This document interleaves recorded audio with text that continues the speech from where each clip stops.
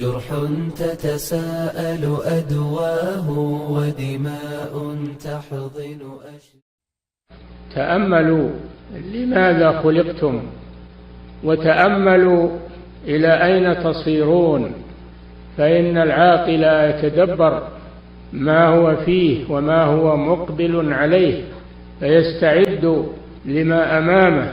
والدنيا دار ممر، والآخرة دار مقر، والدنيا دار عمل، والآخرة دار جزاء.